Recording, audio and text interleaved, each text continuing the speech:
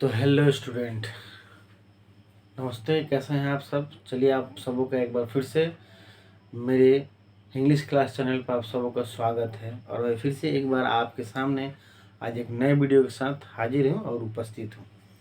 आज का जो वीडियो है, आप हेडिंग देखकर अनुमान लगा सकते हैं और मैंने हेडिंग लिखा भी है। 9th क्लास का यह वीडियो है और 9th क्लास का बिहार सरकार 9th क्लास सप्लीमेंट्री रीडर जो बुक है उसका 4 लेसन हम लोग ऑलरेडी कंप्लीट कर चुके हैं। मैंने अपने इस चैनल पर अपलोड कर रखा है, आप वहां से जाकर देख सकते हैं, पढ़ सकते हैं। उसका मैंने प्लेलिस्ट भी बना दिया है। आज फिर से मैं आपके सामने 5वां लेसन लेकर हाजिर हूँ और आज हम लोग उसको देखेंगे कि 5वां लेसन जो है वो क्या है, कैसा है, क्या बातें होती हैं और कौन कौन चीज़ें जो है उसमें वो दिया रहता है। ठीक है, इसके पहले ऑलरेडी हम लोग जो 4 लेसन पढ़े हैं उसका एक बार हम लोग चर्चा कर लेते हैं कि हम लोग क्या क्या कंप्लीट किए हैं और क्या पढ़े हैं। ठीक है, तो हम लोगों ने जो 4 लेसन पढ़ा है वो पहला लेसन था आपका जो I am going to dance again by Nazmul Hasan. ठीक है, दूसरा लेसन हम लोगों ने पढ़ा scaling great height Santosh Yadav. ठीक है, और उसके बाद तीसरा लेसन हम लोग जो पढ़े थे वो संत कबीर दास जी की आपकी जीवनी थी, बायोग्राफी थी, उसको हम लोगों ने देखा। और चौथा लेसन जो था वो था आपका the eyes are not here by Ruskin बर्न, जो रस्किन बर्न साहब के द्वारा एक कहानी जो थी जिसमें वो लेखक जो है अंधे होते हैं और खुद रूहाना तक पहुँचते हैं, जिसमें एक लड़की की एंट्री होती है। तो ये 4 ऑलरेडी जो है हम लोग लेसन कंप्लीट देख चुके हैं, समझ चुके हैं। अगर आप पहली बार जुड़े हैं मेरे चैनल पर तो मैंने उसको प्लेलिस्ट में दे दिया है, आप प्लेलिस्ट को जाकर देख सकते हैं। चारों लेसन एक साथ आपको एक ही जगह मिल जाएगा। आज हम लोग 5वां लेसन लेकर मैं आपके सामने आ गया हूँ, हम लोग डिस्कस करेंगे। ठीक है, तो चलिए बिना देरी किए हुए, समय अधिक लगाने की ज़रूरत नहीं है, हम लोग देखते हैं आज का 5वां लेसन। इससे पहले कि अगर आप मेरे चैनल पर पहली बार देख रहे हैं तो मेरे चैनल को सब्सक्राइब करें। फेसबुक पर देख रहे हैं तो फेसबुक पेज को, इंग्लिश क्लास पेज को आप फॉलो करें। इंस्टाग्राम पर भी आप मुझे फॉलो कर सकते हैं, ट्विटर पर भी मुझे फॉलो कर सकते हैं। और इंग्लिश क्लास के नाम से मैंने अपना जो है वो चैनल टेलीग्राम पर भी बनाया है, आप वहाँ से उस चैनल से भी मुझसे वहाँ पर भी आप जुड़ सकते हैं। तो चलिए, बहुत हम लोग इधर उधर की बातें नहीं करते हैं और सीधे आते हैं अपने बात पर। तो चलिए देखिए यहाँ पर क्या लिखा गया है आपका बिहार बोर्ड। ठीक है, Bihar board class 9th reader books, reader book यानी कि सप्लीमेंट्री बुक। लेसन कौन है? तो लेसन जो है ये 5th लेसन है, क्योंकि ऑलरेडी हम लोग 4 लेसन जो है वो कंप्लीट कर चुके हैं। 5वां लेसन आज हम लोग देखने जा रहे हैं। 5वां लेसन का जो है टाइटल क्या है? तो यह जो है एक बायोग्राफी है, क्योंकि इसके पहले भी हम लोग जो देखे थे संत कबीर दास जी की, वो उनकी जीवनी थी और उसमें पूरा उनका लाइफ स्टोरी वर्णन था कि उनका जन्म कब हुआ, उनका कैसे देख रेख हुआ, पालन पोषण कैसे हुआ, उन्होंने क्या क्या समाज के लिए किया, क्या उनकी प्रसिद्धियाँ रहीं, क्या उनकी खूबियाँ रहीं समाज में, इस चीज़ को हम लोगों ने देखा है। ठीक है, आज जो है आज हम लोग उसी तरह आपका एक लेखिका है जो उर्दू की लेखिका है। ठीक है, उर्दू की बहुत he must courageous and controversial writer हैं, लेखिका हैं। उनके जीवनी को हम लोग वर्णन करेंगे, जो उर्दू के बहुत ही महान साहसिक और विवादित कहिए आप एक तरह से, ठीक है, महिला रही हैं। विवादित किस सेंस में कि इस समाज में जब भी हम सच बोलने की कभी हिम्मत करते हैं तो हम विवादित कहलाते हैं और हमें हमारे प्रति जो बहुत सारी चीज़ों को सुनना पड़ता है। वैसे ये महिला रहती है, वैसे ये लेखिका रहती है। क्योंकि आज ही हमारे समाज में बहुत सारे ऐसे लोग हैं जो किसी तरह का अगर टिप्पणी टीका टिप्पणी कर देते हैं तो उस पर विवाद होने लगता है, बहुत सारे बहस होने लगता है। तो ऐसे टाइप की कुछ महिला रहती हैं जिनका नाम होता है इस्मत खानम चुगतई। पूरा नाम है इस्मत खानम चुगतई। ठीक है, और इनको क्या कहा गया? तो ये लेडी विथ ए डिफरेंस, ये लेडी विथ डिफरेंस। अब लेडी विथ डिफरेंस का मतलब क्या हुआ? तो सभी महिलाओं से भिन्न, एक मतलब कि अलग क्वालिटी की महिला यह थी ये। ठीक है, क्योंकि ऑलरेडी हेडिंग में ही लिखा है पहले कि उर्दू के आपका जो था उर्दू का करेजियस एंड कंट्रोवर्शियल। तो जाहिर सी बात है कि महिला है, उसमें भी करेजियस है, कंट्रोवर्शियल है, तो हम लोग कह सकते हैं कि लेडी विथ डिफरेंस। तो ये अलग टाइप की, अलग तरह की ये महिला थी। यह जो उनका बायोग्राफी है बहुत थोड़ा सा लंबा है, वीडियो लंबा भी हो सकता है।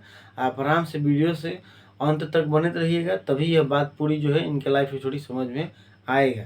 ठीक है, चलिए हम लोग आगे बढ़ते हैं।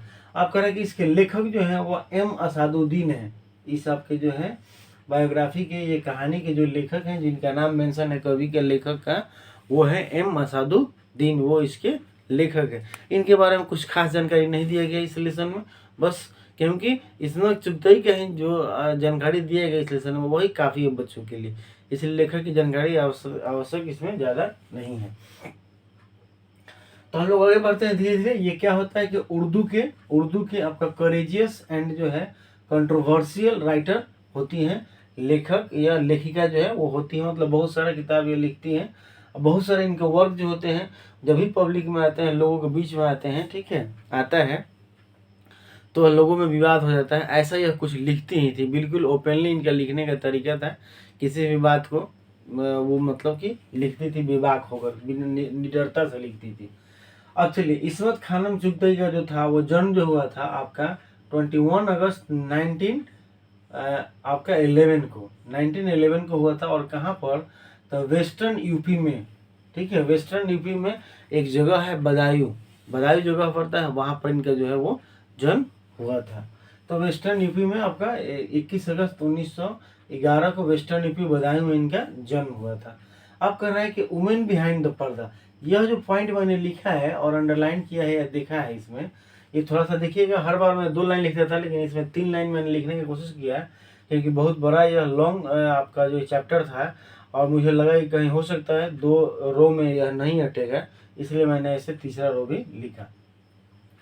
तो कह रहे हैं कि वुमेन, इनका जब जन्म हुआ, ये लिखती है या इनके लाइफ स्टोरी में लिखा हुआ है कि जब इनका जन्म हुआ तो वुमेन बिहाइंड द पर्दा, मतलब मैक्सिमम औरतों को जो था वह बाहर आने का इजाज़त नहीं था। हमेशा जो था आपका पर्दा के पीछे ही रहने का इजाज़त था, चाहे वो किसी भी धर्म के हो, ठीक है। अब जाकर हमारा समाज धीरे धीरे थोड़ा सा एडवांस हो रहा है, तो महिलाएं जो हैं वो हर क्षेत्र में आगे बढ़ रही हैं और आगे चलने की कोशिश कर रही हैं, या उनको मौका दिया जा रहा है। नहीं तो सबों को था कि बस महिलाओं को यह समझा जाता था कि वो घर की वस्तु है, घर में रहे, ठीक है। और उस समय यह बहुत ही ज़्यादा था। तो वो इसमें लिखा हुआ है कि वुमेन्स बिहाइंड द पर्दा, उस समय इनका जन्म हुआ। अब यह पूरे लेसन में जो क्या आपका वर्णन किया गया, ये थोड़ा सा देखेंगे हम लोग। तो कह रहा है कि पॉइंटेड आउट सुपरस्टिशियस, मतलब अंधविश्वास, सुपरस्टिशियस। उसके बाद आपका जो है फोलिज, जिसका मतलब होता है मूर्खता, और उसके बाद फेबल्स यानी कमजोरी, ठीक है, फाइबल्स जिसकी कमजोरी, इन सभी चीज़ों पर चर्चा इस लेसन में जो है वो हुआ है, जिसमें वो लोग लिखा गया, जिसके हम लोग ये लाइफ स्टोरी पढ़ रहे हैं। और फेमिनिन सेंसिटिव, और ज़्यादा तक है महिलाओं को जो है, फेमिनिन मतलब आपका स्त्री से संबंधित चेतना को, उनके सेंसिबिलिटी को इसमें दिखाया गया है, समझाया गया है। 9th क्लास का यह आपका जो है लेसन है। मैक्सिमम जो लेसन दिया गया है 9th क्लास में, चाहे वो पानोरमा बुक हो या इंग्लिश रीडर हो, सबसे ज़्यादा महिलाओं से रिलेटेड जो है वो चैप्टर और लेसन दिया गया है। जैसे हम लोगों ने पहला चैप्टर देखा, I am going to dance again, जो महिला से संबंधित है। स्केलिंग ग्रेट है, महिला से संबंधित है। आप पानोरमा बुक पढ़िएगा तो उसमें जो पहला चैप्टर है धर्म युद्ध, उसमें भी एक लड़की पद्मा नाम की है, उससे संबंधित है। तो बहुत सारा ऐसा लेसन जो है वो महिलाओं को जागरूक करने के लिए इंक्लूड किया गया है, और सरकार के द्वारा इसमें लगाया गया है इसको आप 9th क्लास में पढ़ने के लिए। चलिए अब आगे बढ़ते हैं, हम लोग इनको देखते हैं। 1991, 21 अगस्त 1991, ठीक। फेमिनिन सेंसिटिविटी की चेतना का इसमें जो है वो वर्णन करता है। अब होता है, अब बिल्कुल हम लोग आते हैं सीधे पॉइंट पर, बिना बात के देरी किए हुए। इसमें ऐसे लिखा गया है कि यह फेमस रही हैं आपका, फेमिनिन से famous among the contemporary into the fiction के लिए, मतलब कि ये बहुत प्रसिद्ध रही है। लैंग्वेज में जो है ये बहुत सारा भाषा को जानती हैं, बोलने में जो है वो आपका बहुत सारा भाषा बोलती हैं, और रहने के लिए भी बहुत जगह यह रही हैं। क्योंकि जब इनका लाइफ स्टोरी हम लोग पढ़ेंगे तो पता चलेगा कि इनके पिताजी जो थे वो Budaun memory of the Gautam Buddha. अब बदायूं जगह जो है वो किससे संबंधित है? तो आपका बदायूं जो है वह मेमोरी ऑफ गौतम बुद्ध के लाइफ स्टोरी से संबंधित है वह प्लेस जहाँ पर इनका जन्म हुआ था। और आपका ठीक है 9th चाइल्ड। अब आगे बढ़ते हैं कि जब इनका जन्म हुआ तो इनके घर में जो था इनका जन्म जो हुआ है वह 9th चाइल्ड ऑफ मतलब कि 9वें संतान के रूप में हुआ है। मतलब इनके 8 भाई बहन का ऑलरेडी जन्म हो चुका था। ये अपने माता पिता की 9वीं संतान थी।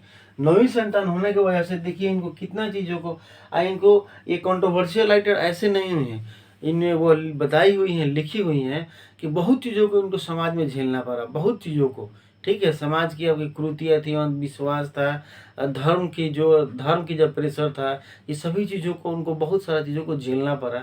और तब जाकर यह बेबाक होकर चीज़ों का विरोध करना शुरू किया और लिखना शुरू की। इसीलिए यह कंट्रोवर्शियल आपका जो है वो कंट्रोवर्शियल हो गई।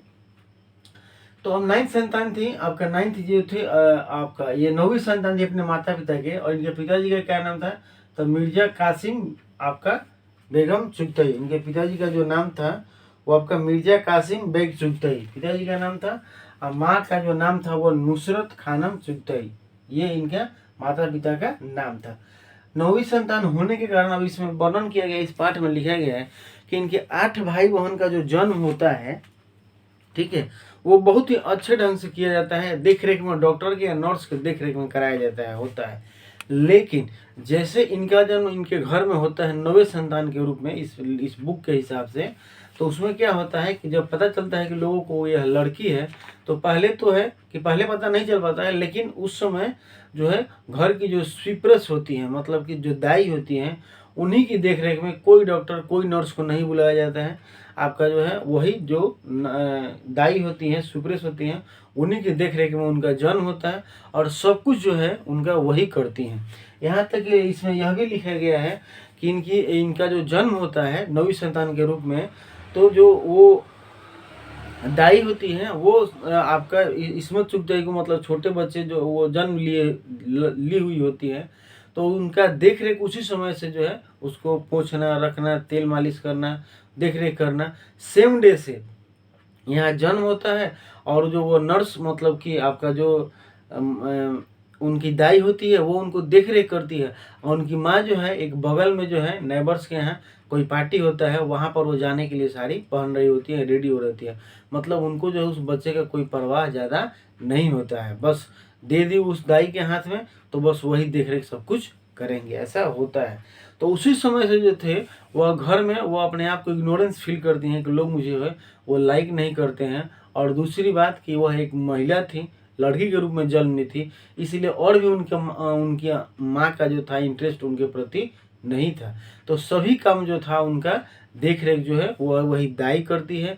उनको खिलाना पिलाना, नहलाना, उनका मतलब कि गंदगी साफ करना, उनको तेल मालिश करना, सुलाना उठाना, यह सभी काम जो है आपका वही उनकी जो दाई होती है वही करती है। इनके बचपन को जो नाम होता है आपका जो है वो चुन्नी होता है। इनका निकनेम जो है वो चुन्नी होता है। और इनका अगर पूरा नाम कहा जाए तो इस्मत बेगम आपका खानम चुगतई होता है। पूरा नाम इसमें शॉर्ट में इस्मत चुगतई लिखा हुआ है, लेकिन पूरा नाम जो है इनका इस्मत खानम चुगतई है। निकनेम चुन्नी होता है। अब क्या होता है आपका, थोड़ा सा और हम लोग आगे बढ़ते हैं। तो देख रेख की बात तो मैंने बता ही दिया, सब कुछ उनकी जो है वो सुप्रेस करती है।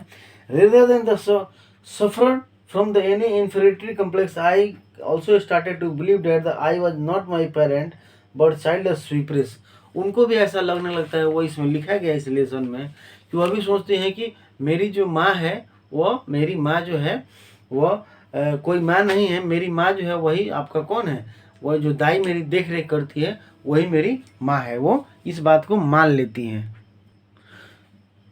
तो वह भी मानती हैं कि आपका जो दाई है वही मेरी माँ है, क्योंकि वो माँ से ज़्यादा उनको देखती, आपका देख रेख करती है, उनका प्यार दुलार जो है वो करती है, उनको मानती संभालती हैं। ठीक है, आगे और बढ़ते हैं। धीरे धीरे उनका सब काम वही करना। जब धीरे से वो थोड़ी बड़ी होती हैं आपका, जब वो बड़ी होती हैं तो क्या होता है, उनकी बड़ी बहन देखिए, उसके बाद आपका जो बर्थ मैनेजर मैंने लिख दिया यहाँ पर, उसके बाद उनका बर्थ जो होता है मैनेज बाय ये स्वीपर के द्वारा, मतलब दाई के द्वारा किया जाता है। इनके पिता के बारे में हम लोग चलते हैं, थोड़ा सा पहले ये समझ लेते हैं कि सिस्टर जब वो थोड़ी सी बड़ी हो जाती हैं, मतलब कि आपका दाई देख रेख करने के बाद थोड़ा सा जैसे वो होश संभालती हैं, तो उनकी बड़ी बहन उनकी बड़ी बहन जो है वो ज़्यादा उनको देख रेख करती है, ठीक है, जिसका नाम होता है एल्डर सिस्टर होती है उनकी फरहत खानम, उनकी बहन का नाम होता है, बड़ी बहन होती है, जो कि एज ए मदर, मैंने लिखा है इसमें, एज ए मदर की तरह इनकी बहन जो है, बड़ी बहन जो है वो इनका देख रेख करती है और मानदान करती है। तो वह भी समझने लगते हैं, माँ की तरह उनको मानने लगते हैं। ये थोड़ा सा पॉइंट यहाँ पे स्टॉप करते हैं। अब चलते हैं थोड़ा सा इनके फादर के बारे में। इनके पिताजी जो थे, his father was a judicial magistrate, वह एक जुडिशियल मजिस्ट्रेट थे इनके पिताजी। लेकिन इसके पहले उनका जो लाइफ जो है वो किस तरह से घूमता है, थोड़ा सा ये देखेंगे। कह रहा है कि magistrate and serve in the different city of the Agra, बहचरई, Jaunpur, Kanpur, Lucknow, later at the different places in the principally state of the Mewar, Sojat, Sambhar, Balotra, Jaora and particularly the Jodhpur. ये सभी जगह का जो मैंने नाम रखा वो इनके पिताजी का प्लेस था जहाँ पर ये इन्होंने ड्यूटी किया था एज ए अधिकारी, ठीक है। He retire as a deputy collector. अब पिताजी इनको जो थे, इनके पिताजी जो थे, सबो काम करने के बाद लास्ट में जो है वो डिप्टी कलेक्टर बनकर रिटायर होते हैं। कब? तो 1924 में, 1924 में। And return to his family home at the Agra, और अपने पूरे फैमिली के साथ, जिसमें यह इसमें चुगताई भी होती हैं, वो आगरा आ जाते हैं। And he soon got fed up with the dirt and the filth of gali पंजासिन and Agra and move to the Aligarh. और फिर वहाँ से आगरा से वो जो अलीगढ़ आ जाते हैं। हाउएवर, और उनके पिताजी का जो है ही डाइड इन 1937, और उनका पिताजी जो है वो देहांत हो जाता है आपका कब? तो 1937 में। ये तो उनके पिताजी का लाइफ स्टोरी था। तो जहाँ जहाँ वो घूमे, जाहिर सी बात है एक बच्चे जो है साथ साथ आएंगे, फैमिली साथ जाएगा, तो वो जाते थे और ले गए घुमाने के लिए। अब थोड़ा सा हम लोग बचपन का जो है देख लेते हैं कि जो है आपका ये जो चुन्नी थी, जो इसमें चुटती थी, वो बचपन उनका कैसा रहा, किस तरह की शरारतें वह बचपन से ही कर रही थी, किस तरह का एक्टिविटी उनका था, इस चीज़ को भी हम लोग थोड़ा सा देखेंगे। तो इसमें चुगता ये कह रहा है कि spend her childhood day the playing football and gilli danda. यह गिल्ली डंडा और फुटबॉल खेला करती थी बचपन में। राइडिंग साइकिल, साइकिल चलाया करती थी। प्लकिंग गव, अमरूद चुराया करती थी। Hugging them to the wandering and the neighbourhood and generally looking for some of the mischievous और द अदर। और कभी कभार हमेशा आस पड़ोस के लोगों से इनका झगड़ा झंझट होते रहता था, हुआ करता था, ठीक है। क्योंकि यह जो बिल्कुल झगड़ालू टाइप की थी, थोड़ा सा मतलब कि किसी चीज़ के विरोध करने टाइप की थी। कभी कभार क्या होता था, ऐसा कई बार इनके गार्जियन के पास कंप्लेन, इनके पिताजी के पास, ठीक है। तो इनके पिताजी कौन है? तो इसमत आपका जो है पिताजी, इनको जो कौन है यहाँ पर, तो मिर्जा कासिम खानम चुगताई या बेग चुगताई, जो भी कहिए। तो इनके पास कंप्लेन था। एक बार तो ऐसा कंप्लेन आता है कि एक बगल में लड़का रहता है और किसी खेल खेल में जो है उस लड़का से बहस हो जाता है उनका, और उधर के लड़के को ही कूट देती हैं, पीट देती हैं। तो उसके पिता जो है वो आकर आपका इसमत चुगताई के पिताजी से कंप्लेन करता है कि कैसे आपकी लड़की है। जैसे कि आप लोगों ने देखा होगा दंगल फिल्म में, ठीक है, दंगल फिल्म जो आमिर खान की गीता बबीता जो होती है, वह लड़के सबको झगड़ा करती है, उधर के पीट देती है। तो बार बार उसके गार्जियन के पास कंप्लेन आता है, तब जाकर उसके पिताजी जो है दोनों को पहलवानी लड़ाने के लिए तैयार कराते हैं। इसी तरह होता है। तो इनके पिताजी जो है वो उब आते हैं इनके कंप्लेन से, बहुत सारा मतलब कि कंप्लेन आते रहता है। My brother's reputation of the regarded the slow and was hardly ever punished or the contrary they would be the reprimanded. और क्या डांटे और लोग क्या समझाएं, ठीक है, उनका स्वभाव ऐसा ही था। आगे थोड़ा सा बढ़ते हैं। When she was 4 years old, Ismat Chughtai जब वह 4 साल की थी। अच्छा, यहाँ पर थोड़ा सा वो माँ अपनों जो बड़ी बहन को देख रेख करती है दाई के बाद, तो वो माँ जैसा मानती है। और माँ आप कहती है अपनी बड़ी बहन से कि अम्मा यूज टू हेट मी, मतलब कि दीदी या जो भी कहिए, अपनी बड़ी बहन को कहती थी और कहती थी कि अम्मा यूज टू हेट मी, मतलब माँ जो है मुझसे नफरत करती है, माँ जो मुझसे नफरत करती है। अब अगला पॉइंट बढ़ते हैं थोड़ा सा कि 4 ईयर जब वह 4 वर्ष की होती हैं तो बगदादी क्वेदा उनको दिया जाता है, पढ़ने के लिए पढ़ाया जाता है। जो कि बगदादी क्वेदा क्या होता है? तो Arabic first reader to teach the alphabet. Arabic शब्द का अल्फ़ाबेट होता है। जैसे हम लोग छोटे बच्चे को क ख ग सिखाते हैं, ठीक है, क ख ग उनको समझाते हैं, बताते हैं, उसी तरह से ये जो है आपका इनका है, इनको बगदादी वेदा सिखाया जाता है 4 वर्ष की उम्र में, ठीक है। फिर ट्विटर लगता है, घर पर इनको पढ़ाने के लिए शिक्षक आते हैं, घर पर यह पढ़ती हैं। In the short story and the bachpan and she gave a graphics, और वही पिक्चर वाला किताब छोटे बच्चों को पढ़ाया जाता है फोटो के साथ, जिससे वो पढ़ते हैं, वो बताया जाता है। और early school educated begin to at Agra, इनके पिताजी कभी आगरा गए हुए थे, मैंने आपको बताया। तो इनका जो प्रारंभिक जो पढ़ाई होता है वो शुरू होता है वह आगरा से प्रारंभ होता है। और where she used to go to the municipal school, जहाँ वह म्यूनसिपल स्कूल में जाया करती थी। कैसे? With other children in a palanquin, और पालकिन मतलब समझ रहे हैं ना, जिस पर पहले दुल्हन की विदाई होती थी, कहार डोली, उसमें बैठकर वो पालकिन जाया करती थी। कैरिड बाई द 2 कहार, जिसको 2 कहार धो कर ले जाया करते थे।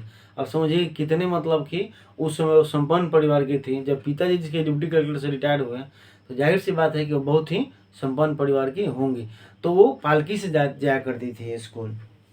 उसके बाद जो है for Agra and family move to the, और उसके बाद फिर फैमिली उनका जो है मूव करता है आगरा से, और आपका जो हम लोगों ने जैसे देखा कि दूसरी जगह शिफ्ट हो जाता है। And later the Ismat Chughtai was born 9 years old to the Aligarh, जब वो 9 वर्ष की होती हैं, 4 वर्ष में आपका जो है वो आगरा में रहती हैं, आगरा में उनका पढ़ाई होता है। उसके बाद जब वो 9 ईयर की होती हैं, 9 ईयर यहाँ लिख देते हैं, 9 ईयर की जो होती हैं वो तब वो अलीगढ़ आ जाती हैं, और अलीगढ़ में आकर क्या करती हैं, old to the Aligarh, and somehow she completed reading the Quran at the age of 12। और जब 12 वर्ष की होती है तो किसी तरह से जो उनका कुरान यानी कि धार्मिक ग्रंथ जो होता है कुरान, उसको उनको पढ़ने को दिया जाता है, प्रैक्टिस कराया जाता है। जैसे कि सभी के अपने अपने धर्म में होते हैं, ठीक है, धार्मिक किताबों को बताना पढ़ाना, उस हिसाब से तो उनको कुरान दिया जाता है पढ़ाने के लिए, और वो पढ़ने के लिए, और वो पढ़ती हैं, कंप्लीट करती हैं। आगे बढ़ते हैं थोड़ा सा, और क्या होता है। And when she was 12, her mother one day gave her to the ghagra skirt and practice the swimming. अब क्या होता है, यह इस समय बहुत ही इंटरेस्टिंग बात होता है, बहुत ही मज़ेदार बात होता है। बिना पढ़े मैं आपको बता देता हूँ, क्योंकि पढ़ूंगा तो बहुत ज़्यादा टाइम लगेगा, ठीक है, थोड़ा सा समझिए।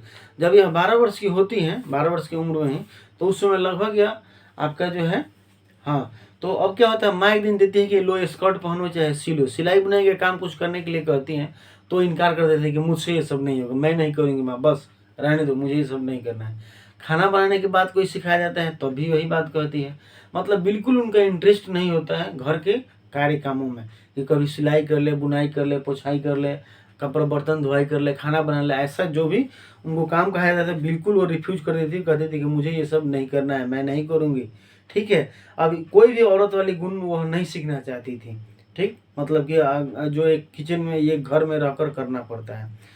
तब एक बार क्या होता है, उनके पिताजी जो हैं वो पूछ देते हैं, एक सवाल पूछ देते हैं उनको समझाने के लिए कि भाई इसको कैसे समझाया जाए, कैसे ये लड़की है, इसको समझ में नहीं आ रहा है, इसका जब शादी विवाह हो जाएगा, जब ये अपने ससुराल जाएगी तो वहाँ ही इसको कैसे मैनेज कर पाएगी, कैसे रह पाएगी। इसलिए उनके पिता ने क्या कहा कि अरे तुम अगर नहीं सीखोगी तो जहाँ जाओगी तुम्हारा शादी हो जाएगा, तो तुम कैसे करोगी, कैसे खाना बनाओगी, कैसे वहाँ रहोगी। तो देखिए वो क्या जवाब देती है, सिंपल जवाब देती है कि इफ़ ही इज़ पुअर, देखिए पिताजी, अगर मेरे हस्बैंड गरीब होता है, ठीक है, तो we will make do with khichdi, हम लोग खिचड़ी बना लेंगे। और इफ़ ही इज़ रिच, अगर वह धनी होते हैं तो हम लोग कोई कुक रख लेंगे, रसोईया रख लेंगे खाना बनाने वाला। और इस पर जो उनके पिताजी होते हैं वो स्पीचलेस हो जाते हैं, निशब्द हो जाते हैं, तो भाई अब इसके आगे क्या समझाया जाए इस लड़की को, ठीक है। Her father was rendered speechless, वो स्पीचलेस हो जाते हैं। चलिए आगे बढ़ते हैं। When Ismat Chughtai was in the class 9th, the marriage proposal begin to arrive during the days. अब उन समय की बात बताया जा रहा है कि जब यह क्लास 9th में पढ़ रही होती है, ठीक है, यहाँ पर मैं लिख देता हूँ कि जब वह 9th क्लास में पढ़ रही होती है, ऐसे मैंने लिखा है कहीं ना कहीं, हाँ यहाँ लिखा है, देखिए इस बात को मैंने बता दिया आपको कि नॉट इंटरेस्टेड इन कुकिंग, और आपका कोई भी हाउस वर्क में जो है वो किसी भी तरह का घर वाले काम में इंटरेस्ट नहीं लेना चाहती थी। अब आगे जिसका वह जवाब अपने पिता को दे ही थी, ठीक है। आगे बढ़ते हैं तो इन क्लास 9, जब वो 9th क्लास में पढ़ती हैं तो उस समय उनका उम्र 14 या 15 वर्ष होता होगा, ऐसा ही होता है। तो वहाँ का जो समाज का सिस्टम था कि कोई भी लड़कियाँ जब 14 या 15 वर्ष की हो जाती हैं तो लोग शादी ब्याह के मतलब कोशिश करने लगते हैं कि भाई एक अच्छा सा घर देख कर ढूंढ कर इसकी शादी कर दी जाए। इनका भी गार्जियन, इनके पिताजी भी ऐसा ही कोशिश करता है। शादी के बाद प्रस्ताव आने लगते हैं, देखा जाने लगता है जब वो 14-15 वर्ष की है। Her parent approved the proposal from a boy who was the deputy collector. अब ध्यान दीजिए, इनके पिताजी ने साइलेंट मोड में बिना इस्मत चुगताई को बताए हुए एक बहुत अच्छा लड़का देखकर, बहुत अच्छा सुंदर, जो डिप्टी कलेक्टर होता है, ठीक है, लड़का भी जो है या डिप्टी कलेक्टर से रिटायर होते हैं, और इनका जो है वो दामाद जो देख रहे होते हैं वो अभी एक डिप्टी कलेक्टर होता है, उसको देखकर साइलेंट मोड में जो है इनकी शादी अरेंज कर देते हैं, सेट कर देते हैं। अब क्या होता है, preparation for the marriage begin to right earnest, one day she notice date. अब वो एक दिन क्या होता है, घर में इनको पता नहीं होता है, लेकिन अब इतना बड़ा अनुष्ठान हुआ, घर के लोगों को पता ना चला, ऐसा हो सकता है? नहीं हो सकता है। तो देखते हैं घर में भाई अनयूजुअल चीज़ हो रहा है। अनयूजुअल की वजह से क्या होता है, चावल ज़्यादा आना, चावल का चुनना, साफ सफाई करना, हल्दी का कूटना, या जो भी शादी वाला फंक्शन कोई भी होता है, तो व्यापक पैमाने पर जब होता है तो उनको आश्चर्य होता है, उनको डाउट होता है। तब तो अपने पूछती है वो माता पिता से कि यह क्या हो रहा है, क्या चल रहा है, ठीक है। तब she wrote usual making the she came to know that the preparation related to her marriage. तब उनको पता चलता है कि अरे ये तुम्हारे शादी की ही बात चल रही है, तुम्हारे शादी के यहाँ सब प्रिपरेशन तैयारियां जो है वो चल रही है, ठीक है। तो अब देखिए क्या होता है, बहुत ही मतलब कि शानदार चीज़ें होती हैं आपका। तो her marriage and she wrote to her the, अब कोशिश करती है कि अरे भाई ये तो मुझे बिना बताए बहुत बड़ा धोखा हो जाएगा, अब क्या किया जाए। तब देखिए वो उस शादी को रोकने के लिए, टालने के लिए बहुत सारे प्रयास करती है, कोशिश करती है। क्या करती है ये देखिए, सबसे पहले रोट ब्रदर्स अजीम बेग, ठीक है, अजीम बेग चुगताई, या आपका जो भी हो, मतलब अपने सबसे बड़े भाई को, ब्रदर, उनके सबसे बड़े भाई को वह लेटर लिखते हैं कि भैया प्लीज़ इस शादी को किसी तरह से रुकवा दीजिए, मुझे यह शादी नहीं करना है, ठीक है। क्योंकि आपका जो है, आप जानते ही हैं कि मैं अभी बहुत कुछ करना चाहती हूँ, पढ़ना लिखना चाहती हूँ, और इन शादी के बंधन में मुझे अभी नहीं पड़ना है। इतनी बात कहती है अपने भाई साहब से, तो उनके भाई साहब जो है वो समझाते हैं और कहते हैं कि देखो मैंने खुद जो है लड़का को देखा है, और मैं उस लड़के को जानता हूँ, बहुत ही अच्छा घराना है, बहुत ही अच्छा लड़का है, यह शादी हो जाएगी तो बहुत अच्छा हो जाएगा तुम्हारे भविष्य के लिए, और हम सबों के भविष्य के लिए। तुम्हारा भविष्य जो होगा वो बहुत सुरक्षित हो जाएगा, सुनहरा हो जाएगा, ठीक है। इसलिए ना कि तो कोई बात ही नहीं है। जब उनका प्लान वहाँ से फेल कर जाता है, तब वो क्या कहती हैं आपका, तब वो फिर अपने माता पिता से बात करती हैं, पेरेंट्स से वो टॉक करती हैं कि नॉट गोइंग टू मैरिज, मतलब कि मुझे अभी शादी नहीं करना है, पापा प्लीज़ रोक दो ना, मम्मी रहने दो ना, अभी नहीं करेंगे। बहुत सारा रिक्वेस्ट वो करती हैं, लेकिन उनके मम्मी पापा जो है वो नहीं मानते हैं। वो कहते हैं कि नहीं, बहुत इससे अच्छा हम लोगों को कोई भी रिश्तेदार या इससे अच्छा कोई भी पार्टी हमें नहीं मिलेगा, तुम्हारे लिए इससे अच्छा घर कोई नहीं मिलेगा, इसलिए सही है चुप हो जाओ। गार्जियन नहीं मानते उनके माता पिता, ठीक है। तब वह क्या करते हैं, और फिर दूसरा दिमाग लगाते हैं कि क्या करें।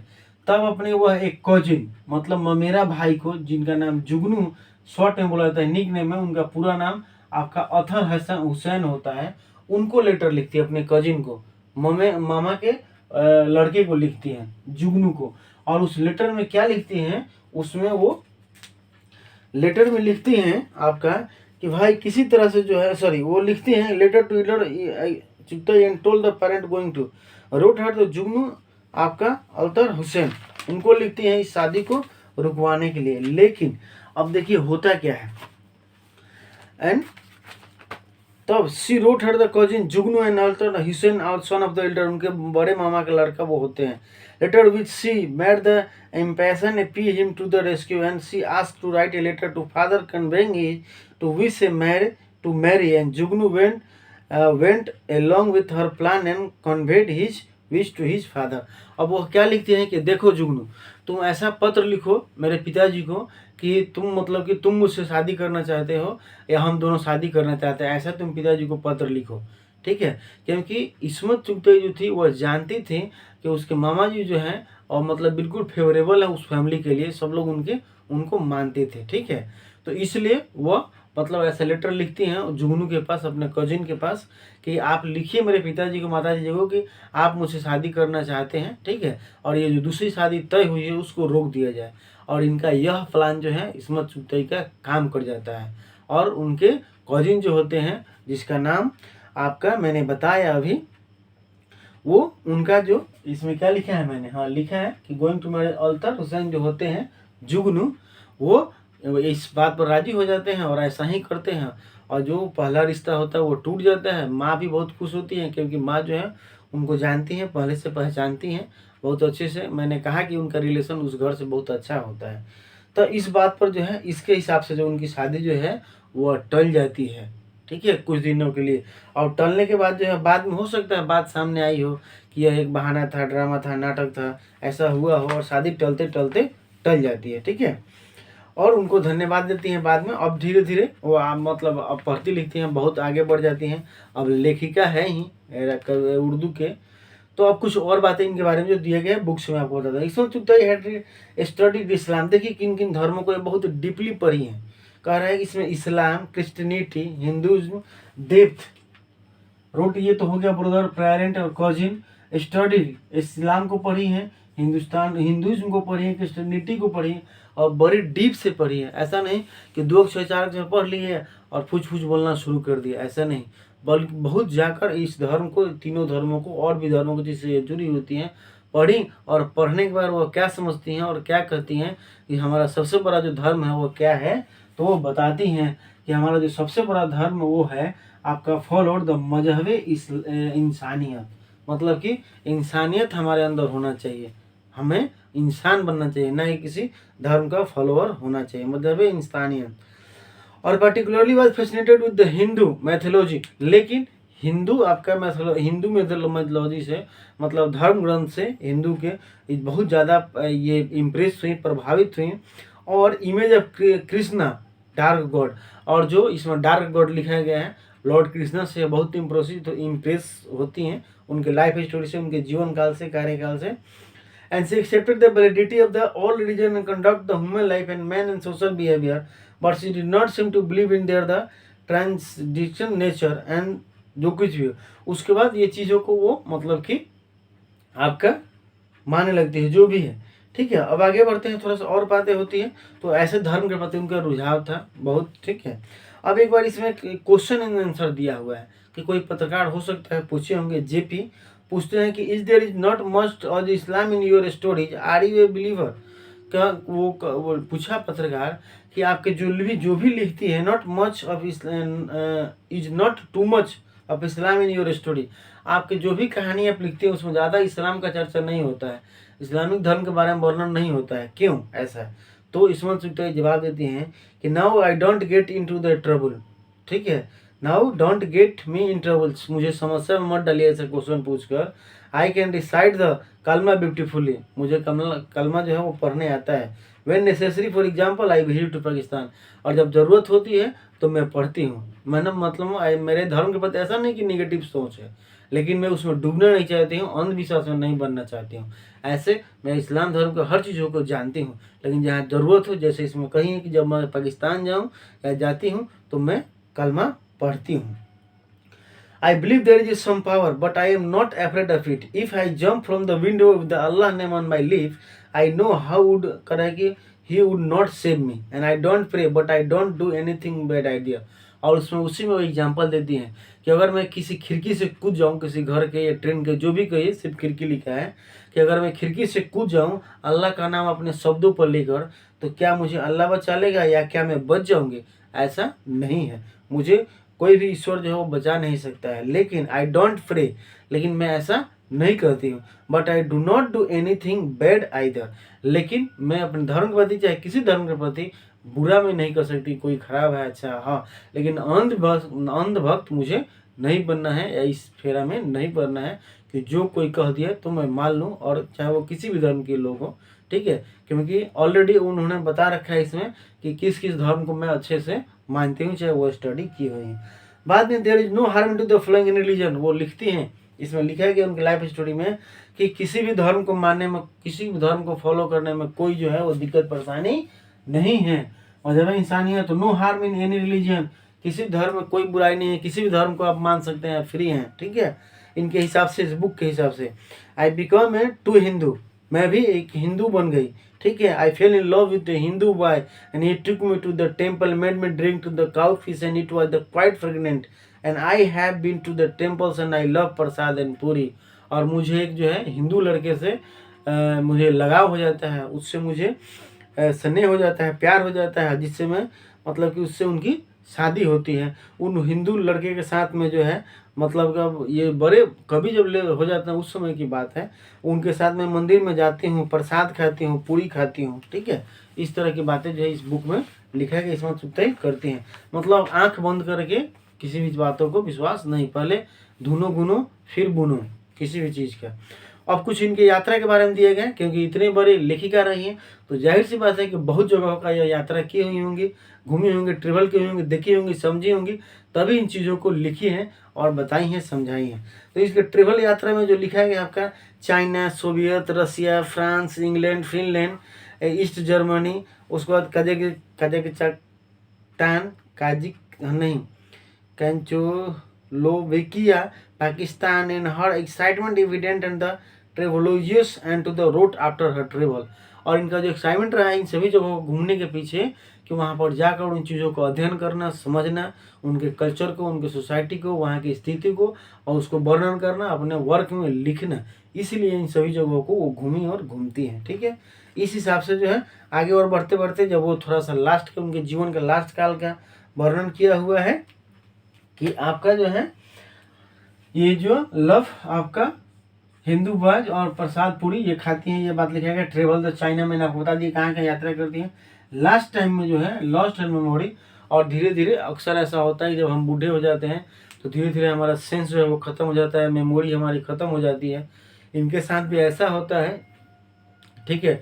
बहुत दिन तक बीमार रहती है, बीमार रहने के बाद यह इनकी धीरे धीरे मेमोरी जो है लास्ट टाइम में ख़त्म हो जाता है, समझ नहीं पाती हैं क्या बोलना है क्या नहीं, और अंततः जो है लास्ट टाइम में है अपने आप को वह जो डेड है, ठीक है, डेड इन 24 अक्टूबर 1991 को, 1991 को, 24 अक्टूबर 1991 को डायड इन हर बेड, अपने बिछावन पर वह बिछावन में मरी पाई जाती है, उनका देहांत हुआ रहता है, इंतकाल हुआ रहता है, ठीक है। और उसके हिसाब से मरने से पहले अपने बुक में या किसी वक्तव्य में कही हुई होती हैं कि मुझे जो है दफनाया ना जाए या न जलाया जाए, मेरा जो डेड बॉडी होगा उसको इलेक्ट्रॉनिक क्रीमेटोरियम में, मतलब जो इलेक्ट्रॉनिक से डेड बॉडी को जलाया जाता है उसके द्वारा मेरा दाह संस्कार किया जाए।